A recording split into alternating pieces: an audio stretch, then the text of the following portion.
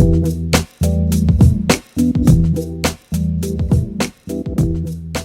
hi everybody, it's Doug.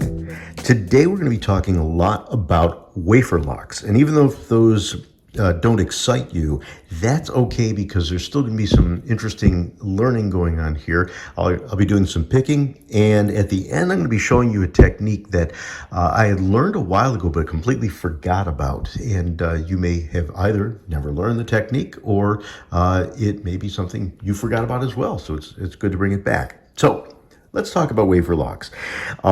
Briefly, for those of you not as familiar, these are sort of classic example of wafer locks, and I think I'm going to use this one as my best exhibit.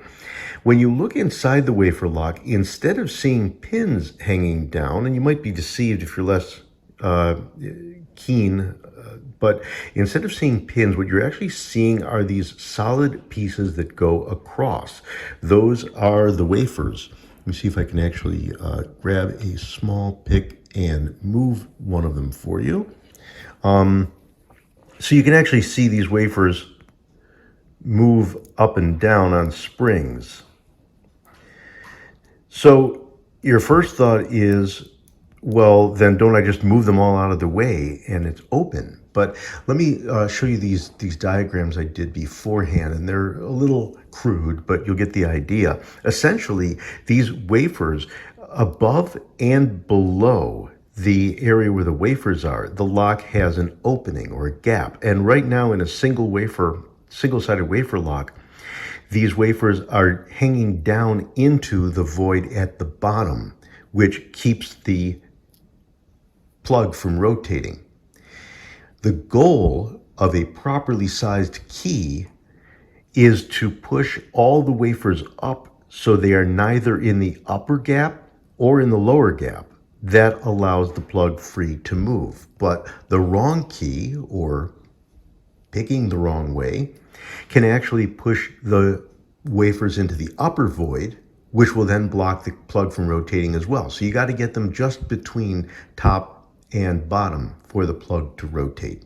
So one good key to recognizing before you even look inside, whether it's a wafer lock, is that, as you know, a pin tumbler has to have that area up top for the Bible, for the driver pins above it. If there is no room for a Bible above, that's also another sign that you probably will be dealing with a wafer lock. So these I've all come across. These are some old Yales, and this is Corbin that I got from Chris Capune. So all of these I got in trades, or in boxes that I've bought. But so you can see these sort of standard looking wafer locks, and I've picked all of these. But today, as I've hopefully mentioned in the title when I post the video, is today we're going to be looking at some antique or vintage wafers and picking them as well. So let's take a look first of all, and I'll tell you a story along with this one. Last weekend was at a I guess you'd call it a secondhand shop, and I was in the hardware area where I found two locks that you're going to see today. But the first one, I was just looking at a bucket full of bolts and washers and all sorts of junk in there, and I noticed a hint of brass at the bottom. So I reached down and pulled this one out.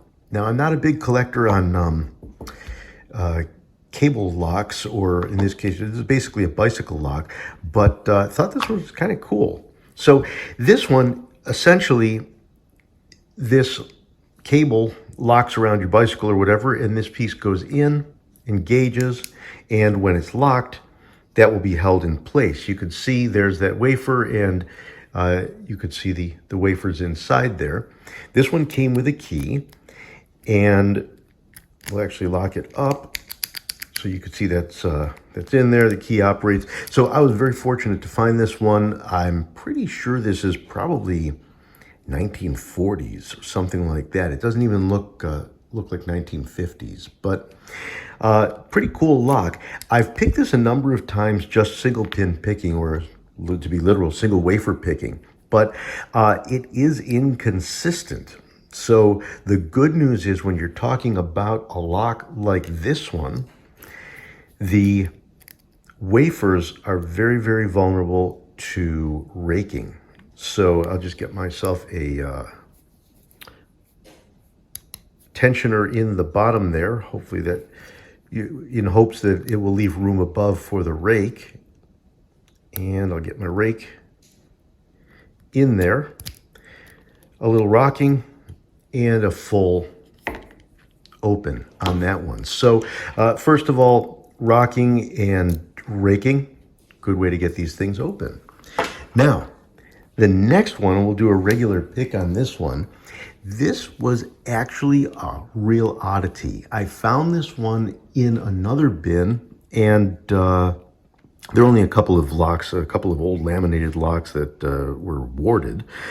But I recognize the the Ilco gold logo and the kind of green and gold combo I've seen before. Notice there's nothing to hold the shackle in. There's no ball mechanism and no pawl mechanism either. But the thing that was a curiosity about this is that this condition, I'm not only sure, I'm positive this thing is from like the 1950s, no later than early 60s. But if you look, when you go on eBay, these things are all crusty and rusty and beat up. I'll try to throw a couple of photos that I've found from eBay up here. This one looks like it's just off the line. It's like brand new, which is a real curiosity. And I get the feeling somebody basically bought it, brought it home, and immediately lost the key, and then just tossed it in a drawer, and it sat there for 50 years or 60 years. But again, it is a wafer lock, and you can see those wafers shining through there.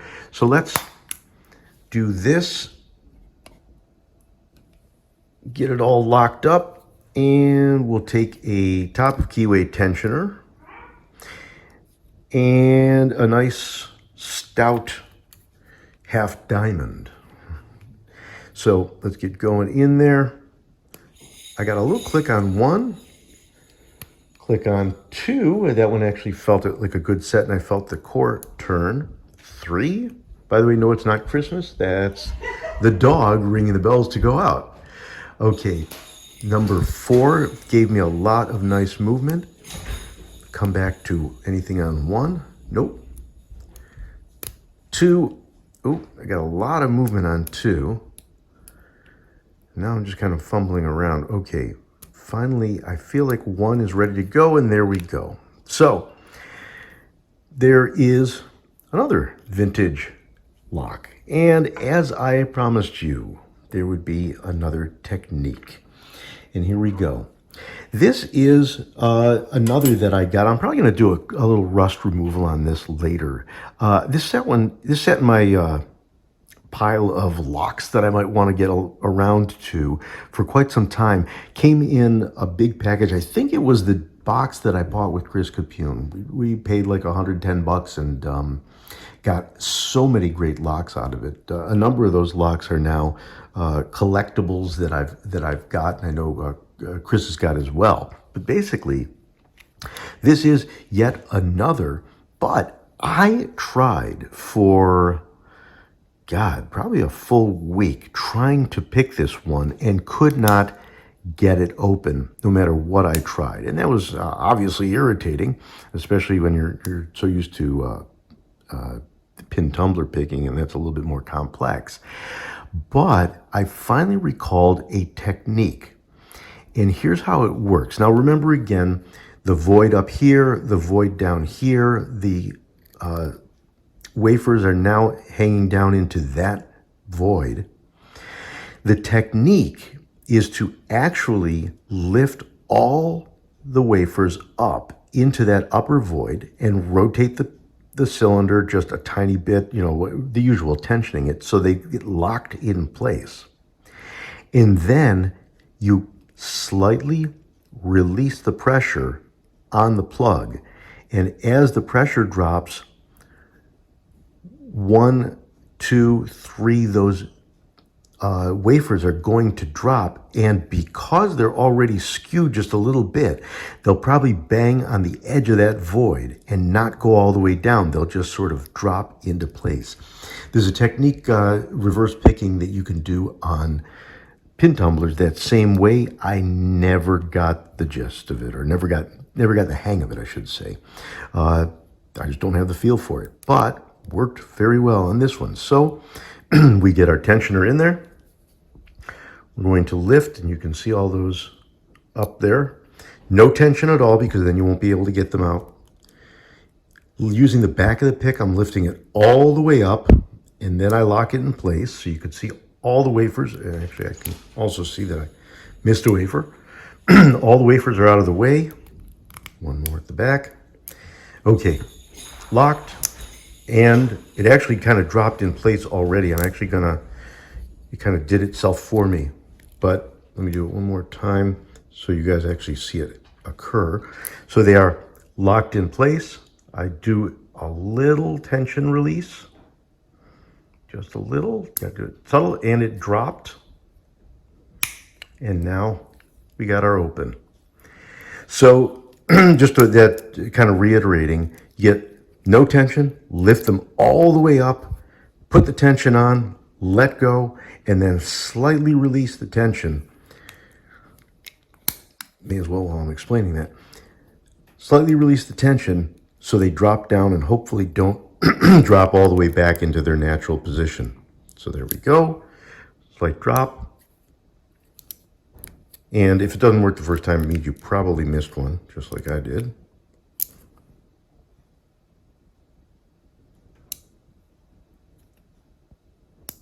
Of course, it's making me look bad now.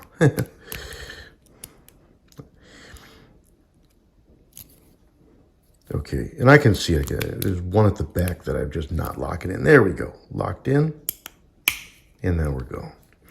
There you are. Wafer locks and a picking technique that you may not have come across before.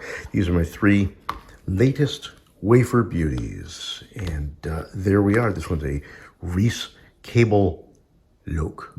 Loke. All right. Thanks, everybody, for joining me. Great talking to you guys, as always. Hope to see you guys again soon. Please, if you get a chance, do drop a subscribe, and if you have any comments, please toss them in there. Thanks, everybody. Great seeing you again. You guys stay safe and stay healthy.